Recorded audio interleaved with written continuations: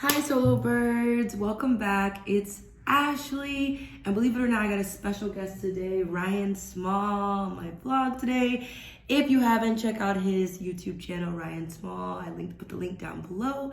But yeah, this is actually my business partner for the business I have here in Tulum. So we're gonna talk about things that we wish we knew before moving to Mexico. There's a lot of things a lot of people don't know when it comes to moving to Mexico, and not things that people expect when they move to Mexico. So yeah.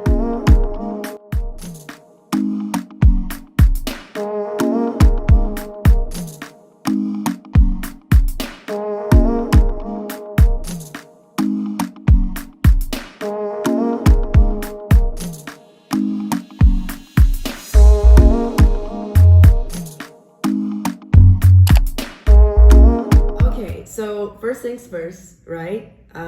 Why Tulum, right? Why did we choose out of all the places in Mexico, not Mexico City, Oaxaca? What's the other places? Cancun, Playa del Carmen. Why Tulum? So I'll let you. What's your reasoning of Tulum? And why did you stay after you came? True. So Ashley actually told me about Tulum. In conversation. I think you were in New York then, right? So I wasn't really aware of that. I traveled. I lived in Texas, went to the university in Texas, and I didn't really know that much about Mexico. So I'm one of those travelers to where if everybody's going there, I really don't want to go there, right? But it was kind of like an up and coming thing. It wasn't on the map, really. It wasn't on the map yet. Yeah.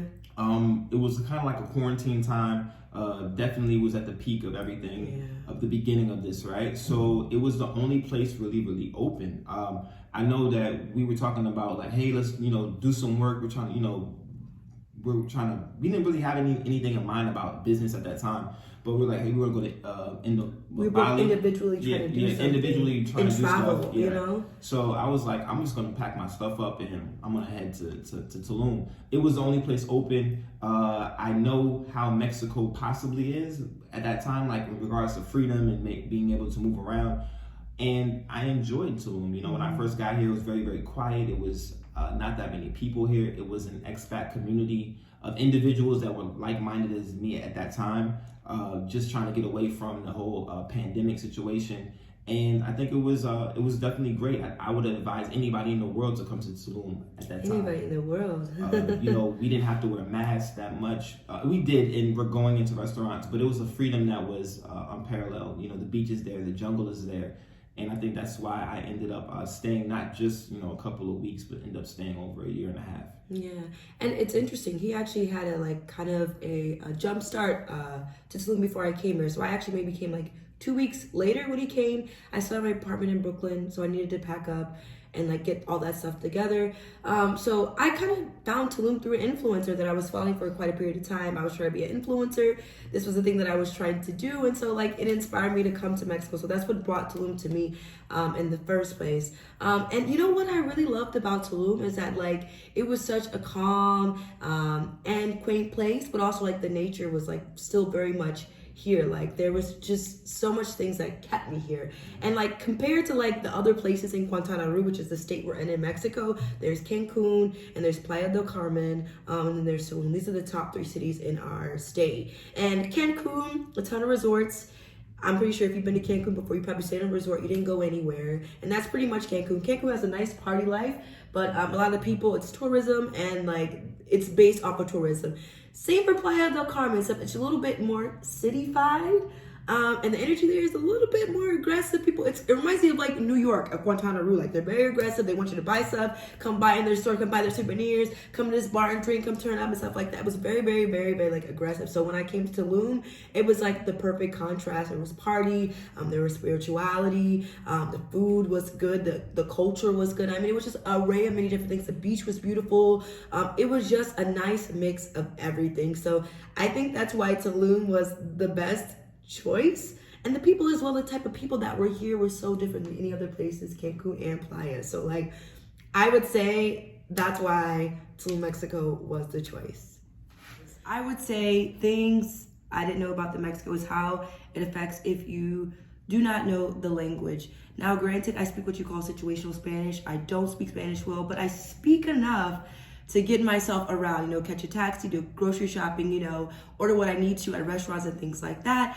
But I can say, as an expat living abroad in Mexico, I did feel a bit of disconnect from the community here because I did not speak the language. What do you feel about that? You did? Yeah, for me it was the cultural differences. Like, I think that you think you know Spanish, or you met people that speak Spanish, or you know the Spanish community, but it's very, very different when you go to a different country, or you go to a country that speaks Spanish and their cultures are different. So yeah, you could speak Spanish fluently, but you just don't understand the customs in the process. So that was my most complicated and difficult process here, was basically just the cultural differences, being patient, people saying no sé, no sé, No sé. That means they don't really care, or try to find out how to help you or anything. I don't know if that's true. So I actually spoke with a local here in Mexico, and I asked him about that. What is it? Because honestly, I don't know about you, feel it as well, that like, if you ask for help here in Mexico,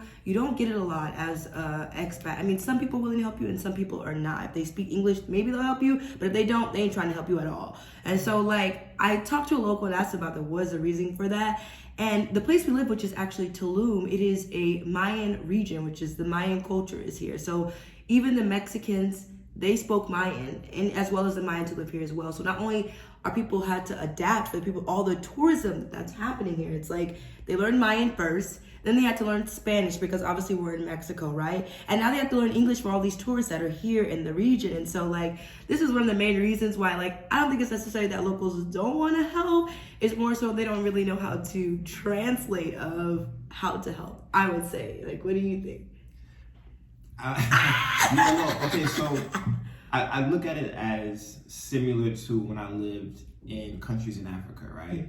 I think it also comes from like education at times, right? So it's so like being patient, or someone not going outside of their way to think about how to help you, is just something that is not always done, right? So me being here in Mexico, especially being in Tulum, yes, I've experienced the same process and same situations of contrast like in South Africa as well. So I think that it's one of those things to where it's just, as an American, we expect things to go a certain way. We're used to certain type of services and certain type of customer service, and that's not the case here, right? So that's just something that I would be very, very aware of. You know, I've learned patience here. I've learned, even though I've traveled before to several countries, like I have to be more caring now, because it's just, I'm in a different country and in a different process. So well, that kind of honestly like leads to like my next point, which is like, you have to like adapt to your environment. Like, to me, that's like one thing we had to learn. What you just said was so profound in regards to like, we're used to in America, things happen quickly. You know, I'm saying the technology is so advanced in America, as well as like the systems that we have in place in restaurants and things like that. So like, we're so used to things coming when we want it, when we need it. And things are so much different here. Like, this is a beach town. It's very slow. And like, that's also another point, like education. Like, we have to understand a lot of these people here, like, I would speak for myself in regards to the children that we see here. There's a lot of kids here that don't go to school. And so you have to kind of observe that and realize, okay, so we got these 4-year-olds, these 2-year-olds, like kind of selling trinkets and souvenirs on the street. And why are they not in school? You know what I'm saying? So a lot of the schools here, I think they're private, right? They're private schools. You got to pay for them. There's a lot of people who can't afford those type of things. So think about being in an environment where kids are not going to school. They're not receiving the education they need. They grow up to adults working like, these basic jobs like restaurants and waiters and things like that. And like, I think that's really more so as to why it was kind of hard to adapt and really understand the type of environment, I guess, we're in, and understanding like the development of it, I guess I would say. Several things. Like, one, I think that the education side of it is an issue. I think that also the infrastructure of Tulum is an issue, and these are not negatives, like these are just your realities of what you're dealing with. That's why Tulum is Tulum, because of these things of contrast. But I think the education is one. I think the infrastructure is one. And then again, you're in the jungle, so people don't take that into consideration. They see like the bohemian chic look, and they see all these beautiful people walking down the beach and partying, burning. But this is the jungle. There's tarantulas near my door. You know, there's spiders, there's all type of things here. This is the jungle. There's monkeys, there's heat, there's dust, dirt, you know. So I think that it's just a lot of elements here that people don't highlight. They highlight the glitz and the glamour of it. Yes, we're living in a luxury lifestyle. We live in a luxury place, but it is the jungle, and I think that's a reality check for most people who want to have that fantasy world of luxury. That's the truth, though. I think that people come here like, oh, it's luxury and I'm living this life, but then they can't adapt to luxury in the jungle. It's like, you could live in a nice luxury Tulum style, like apartment, like nice condo above the jungle or like near the beach. You still don't get the jungle bug. So next point, things that we learned about Mexico: the housing, finding a place to stay, like. Oh man, I'll let you start this one. It's such a crazy subject. Ooh, okay. So for housing, for me, I always try to get an Airbnb for at least a week or two, no matter what destination I go to. That's just basing it off of if the Wi-Fi is strong, if the location is nice, electricity is good, electricity is good. Yeah, all of those all of those basic things, right? For me, being in Tulum, I think Tulum is definitely one of the places where you're gonna have to bounce around to find what works for you. Yeah. There were some places that were very beautiful, but they lacked certain things that I needed. Some places had they were very minimal, but had strong Wi-Fi. So it varies. For me, my first house was the greenhouse. I loved the greenhouse. It was, you know, aesthetically pleasing. It was beautiful. It was in the cut. But then the part about that, they wouldn't let me do it it was in the jungle, but they wouldn't let me keep it for long term, right? So that's the issue. So you're gonna run into things like that. There's so many beautiful areas like Alazama, La Boleta, Central. But for me, my favorite place to live is possibly, what is La Boleta. So I've been living here since the beginning and all the way to the end, I guess you can say. And it really depends on what you want. You know, there's so many areas of town, but for me, you're gonna have to bounce around and find what works for you. Some of our friends couldn't stay in La Boleta. They end up going to Central. How they did that, I have no clue. Some people stay in everybody who stayed in Alazama left though. Everyone, it's an interesting place. As we talk more about the area of Tulum, then you'll understand what Alazama is and how, I guess, the positives and the cons. But yeah, that's what it is for me. Yeah, same here. I mean, housing it's a deciding factor for your life and what your daily life is like, just in general. So like that's why it was so important to find the perfect place. And Mexico being a developing place, or Tulum in general, because Mexico City is pretty developed. It's either electricity goes on and off, the Wi-Fi is not that great. You don't have hot water. It's just an array of things. You may not have a pool, but your aesthetics of your place may be beautiful. Like there's so many contrasts when it comes to like, that's a beautiful place. There's so many contrasts when it comes to finding a place to stay. So that's definitely something that I wish I knew. So that was great advice that you gave. Like don't book a place for a month. Go stay for like maybe 1 to 2, 3 days and then decide if you like that place. And like, there's contrast. Like I stayed in Central, which is downtown Tulum, the town of Tulum. Wi-Fi was excellent, but it was so loud. It was like so noisy. So like, you know, it was always something going on. People partying, drummers dancing on the street. It was just too much. And so like, I think that's more than anything, like that's something that I wish I would have known in regards to like the housing and the mold. That's something that you did not mention. You know what I'm saying? Like all these nice places, they have mold, guys. Like the humidity and the climate here in Mexico, it's just a climate here. And so like, I guess Mexico's still kind of learning how to build their infrastructures, I guess. Yeah. So what you end up getting is you get a lot of people, they're throwing up a lot of houses, a lot of condos. Quickly. The style of them are very beautiful, you know, but it is the jungle. I don't really think that you're supposed to even really be building these type of places in the jungle, but they make it work and they are beautiful. But you will have issues of mold and you will have issues of animals and all of these things. That's just one of the I guess the cons of living in paradise, right? But one thing that I've learned is that, you know, the more people that you know in the community that you're in, you'll end up finding a good place. I found a great place through somebody that I knew. That's one way to do it. The Facebook, let me tell you, the Facebook groups and all of these like rentals Facebook groups. I'm not gonna call them I'm gonna say what it is. Like they're taking advantage of everybody, basically. It's they're not racking that up the expensive. prices. Yeah, they're racking up the prices 2 times, even 3 times as much. So going, but through it's a them, better resource than Airbnb, I would say. When finding a short term 3 to 6 month place. Yeah. I think it all the deals vary, all the contracts vary. But I know that majority of the individuals that own the properties go through what they call management companies. Yeah. And these management companies put their fees on top of stuff. So when you get to the point of paying for your rent, you're paying $1,500 that really for a place that would be $600, right? So it's like, why would I do that? And also be very, very cautious about like just being taken advantage of. Like, yes, you live in New York, or you're from New York, or you're from LA, or Miami, Houston, blah, blah, blah, blah, whatever. You don't want, the point of living abroad is not to be paying prices that you are paying in the States. Yeah, if you're paying, if you're paying that if you're paying what you paid in the States and you're paying a little bit less than here, that's not a win. Like you should be paying almost half of what you paid, and that's just not being like, we don't care about people balling and trying to stunt. It's about just being a smart business person or a smart traveler. So those are just a couple of things. So housing, mold, yeah, electricity cutting off, Wi-Fi, bugs. We forgot to talk about the bugs.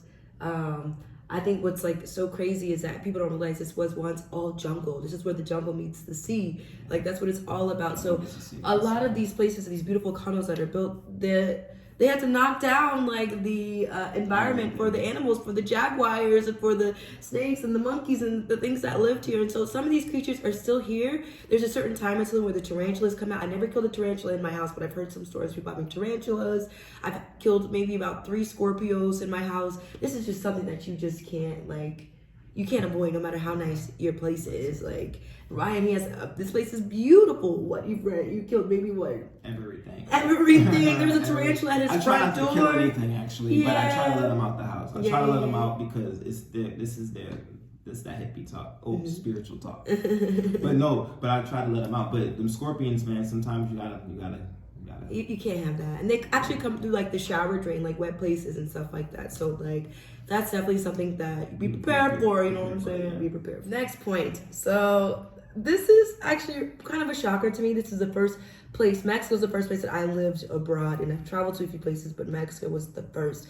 And so I really was able to encounter a lot of different type of travelers as well as expats that live abroad. Expat versus traveler are 2 different things. And when I tell you guys, crazy people in particular live abroad. This is a serious thing. Things that I've truly observed about the expats that live abroad.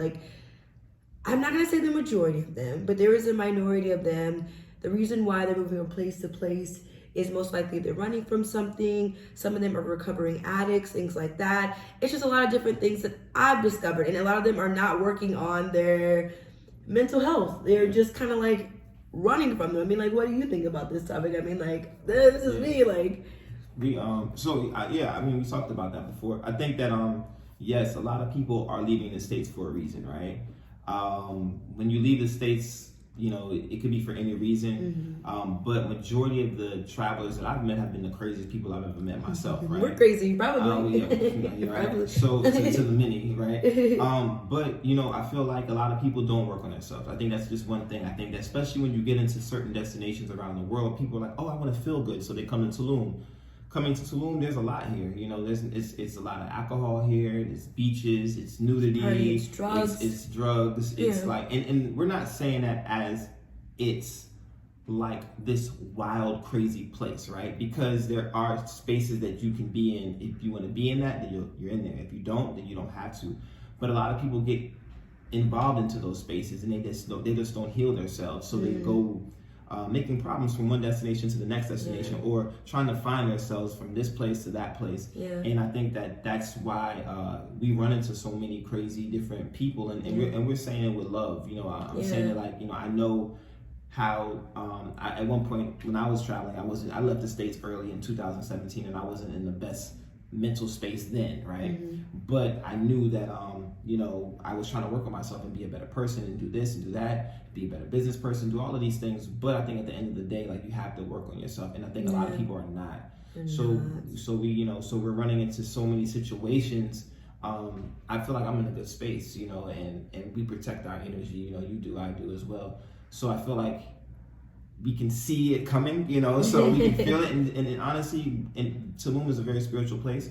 So if your spirit is off for us, so like in regards to business or regards to whatever, like I kind of step to the side. So I hope that explains. No, I definitely explain. I think what's so important, it's okay to move abroad and start over and start a new life. But like what's so important is that you're taking the time for yourself and your mental health. Don't come to a place hoping the place will heal you. You know what I'm saying? You have to heal yourself first. So like I think that's the best that's advice that I can give, because we've met some crazy people. Crazy. And I'm thankful for, I guess, the solid spiritual background that I have, as well as my parents and my upbringing, to be able to comprehend and understand. It ain't me. Sometimes it's never really about you. It's about the other person. So. And I think that, like you get to the point of understanding how to deal with people. Like, again, I came to Tulum really for a spiritual journey. It turned into a business. It turned into, so many other things. But I did come here for a spiritual journey, and I worked on myself as an individual. Like, I think that's just one of the best things that I could possibly say about Tulum. Tulum will help you do that. Yeah.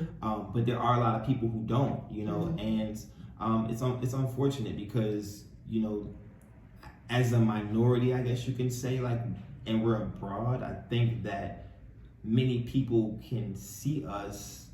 We stand out more. Let's just put it like that. Yeah. We stand out more. So our actions towards our own community and in us, like we people can see that, if there's contrast, if there's positivity in it, if it's growth.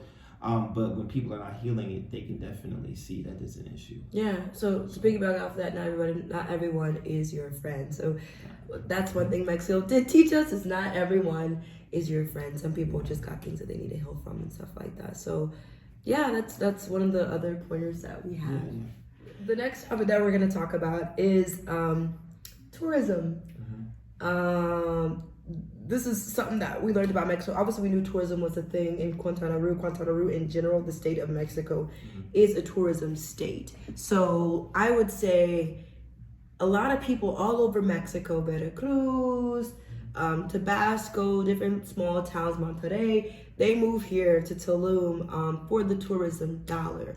Now you have to understand how this affects us expats who live here. From the moment that we first moved here, at the beginning of the pandemic, everything was just normal. This was a normal Tulum beach town. To now, Tulum is what, the top one of the top like destinations in the world. So the cost of living, as well as like the increase, like the fluctuation of pricing and things like that, have absolutely went up.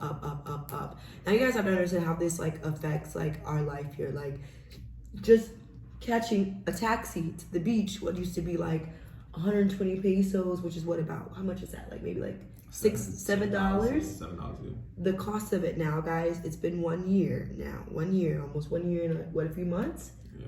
The cost to go to the beach now is 400 pesos. That's about $20. Yeah. That's almost about $20. That's literally about $17 to $18, which means round trip, I'm spending $40 to go to the beach. And then spending another to eat, easy, at least 100. At least 100 to eat, maybe have 2 drinks, have a meal and 2 drinks, and to be present at the beach clubs. A lot of these beach clubs have consumption rates, which didn't exist when we first came to Tulum. That didn't exist at all. So like, that's one thing that Mexico did teach me, that like, especially in Quintana Roo state, like a lot of locals, they live a lot off of us, like the tourism. So not even us. Hold on, we're expats now. So they're not living off of us, living at all the people that are coming in and out and like living here. So like that's something that like we kind of like have to adapt and like really understand. I mean, okay, so I feel like it's twofold. I think that on one end, yes, I've learned about being taken advantage of, because it is a tourist place, right? And it's a tourist, what they say, trap. It's a tourist trap. That's what it is. Being here so long, we've seen we're on both sides. We're on both sides of the fence in regards to The business that we have. Oh yeah. That's one side that we've seen, and then personally being here is another thing, right? But it is a tourist trap. But this is the issue. Like, we want to be in a nice area. Ashley has a beautiful place, super nice place. A nice place. But I think that I would consider yours to be a little bit more. I'm not gonna say like local, but it's like it has it's not as it's you're developing. long-term. There's a lot more vegetation first of all in my area. Like, there's a lot more still jungle. So I'm on my road, and there's also like a local that lives. There's a farmer who has chickens and like. So the point I'm trying to make with that is that you have a more of a local experience. Her place is vicious. It's nice. But it's a more like local, not really touristy because everybody lives there. Yeah, people who are staying there are all staying long term. So whether they're expats or they're Mexicans that travel from Mexico City to live here in Tulum. But if you took that same place with the same square footage and the same everything, and then moved it over a block in La Valletta, it'll probably be double. You know, so it's like you have to kind of like understand what you're dealing with in regards to the tourist trap. I think that people do come here. For me learning about Tulum, again, I feel like you have to be cautious about how luxury you want to go, what tourists you want to be around. When you say expat, that's an element of wealth, right? So first of all, if you don't know what an expat is, it's just pretty much a person who left where they're originally from and moved to a different place. Not a refugee, but not a refugee. I didn't say immigrant. We're immigrants. We're refugee. No, refugees. You consider refugees a stretch, but we were leaving all type of stuff, right?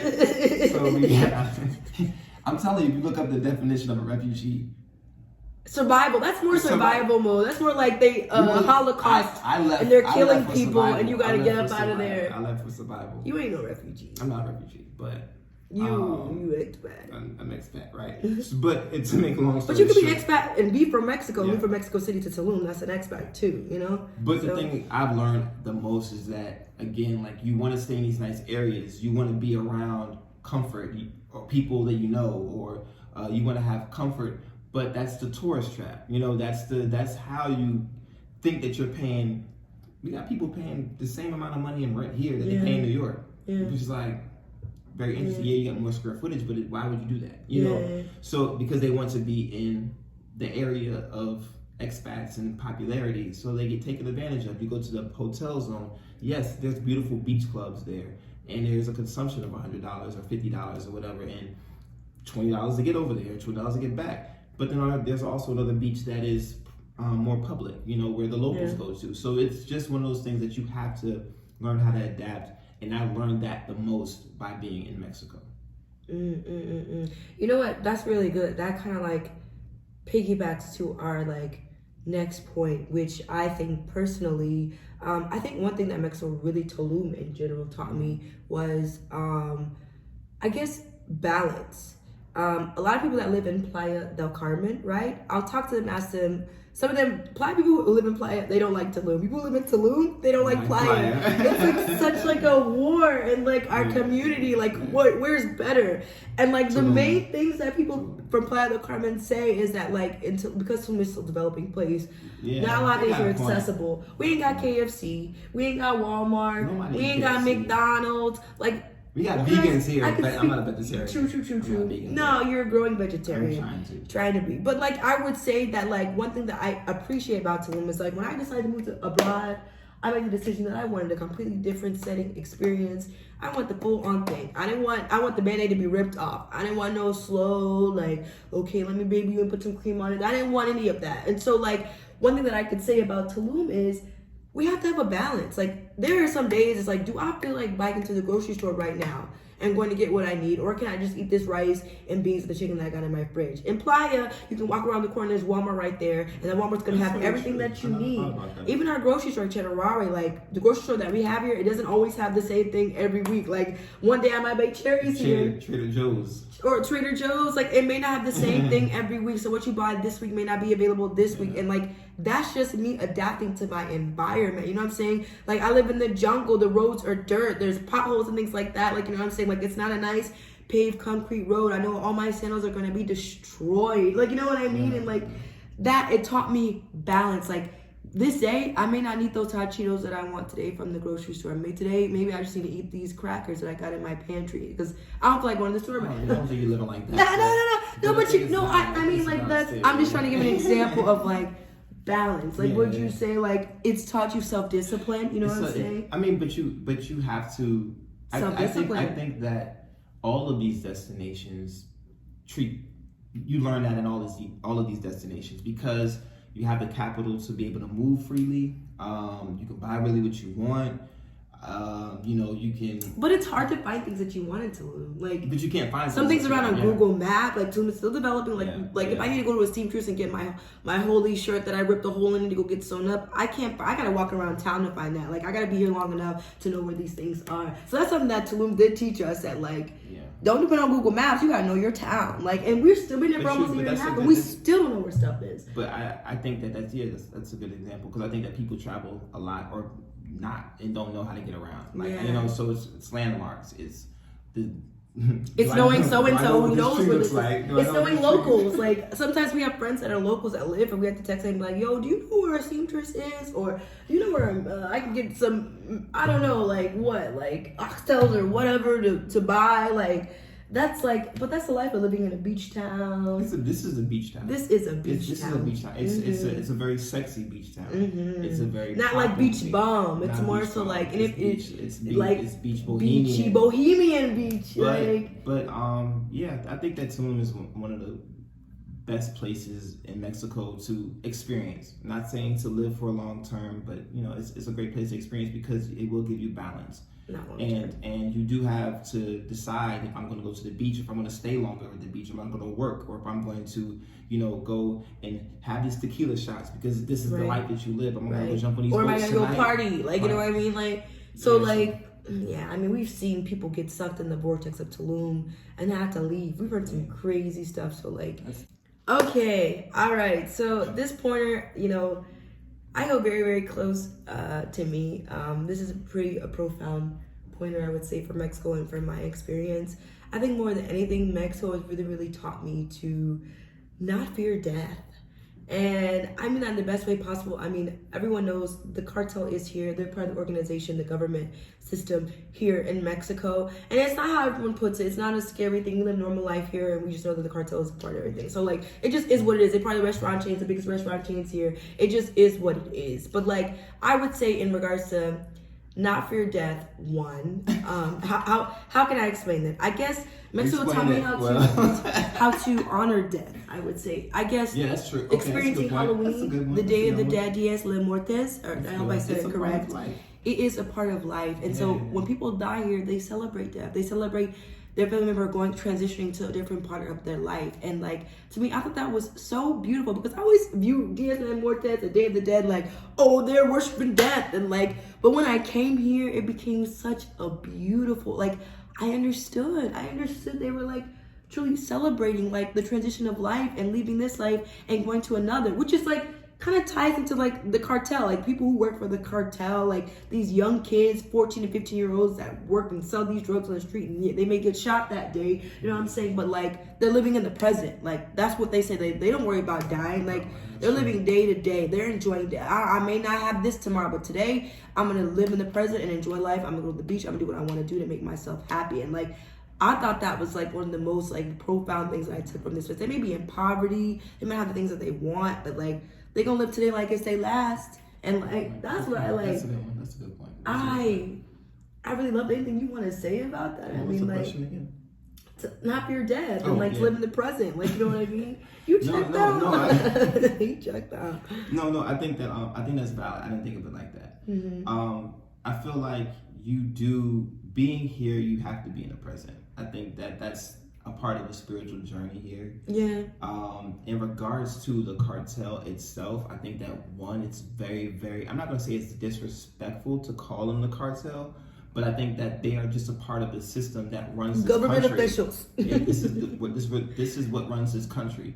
You can call it the same individual in the States, if you want to call it that, or any other country in the world. But I mean, it's the same in America. It's elitist. But it's not that type of terminology when you think of your local neighborhood drug dealer. becoming popular, and these guys are, it's a different kind of concept. And in one, you know, I'm going to say this with an open heart, and I hope you can understand how I'm saying it, but we're protected by them, you know, so it's not one thing to just be like, oh, they're out here and they're wilding like that. No, they want our dollar. We're protected by them because of the fact that they want to continue their business. Like, you know, I lived in Colombia, and when I lived in Colombia, there were places that I can walk freely, and if something did happen to me and those guys found out about it, which you could consider to be the cartel, whatever.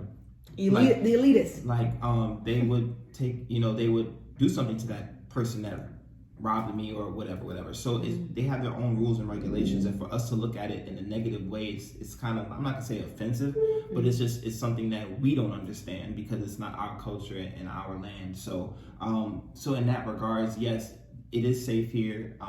You do need to live in the present because of the fact that that's the only thing that you're really living in, you know.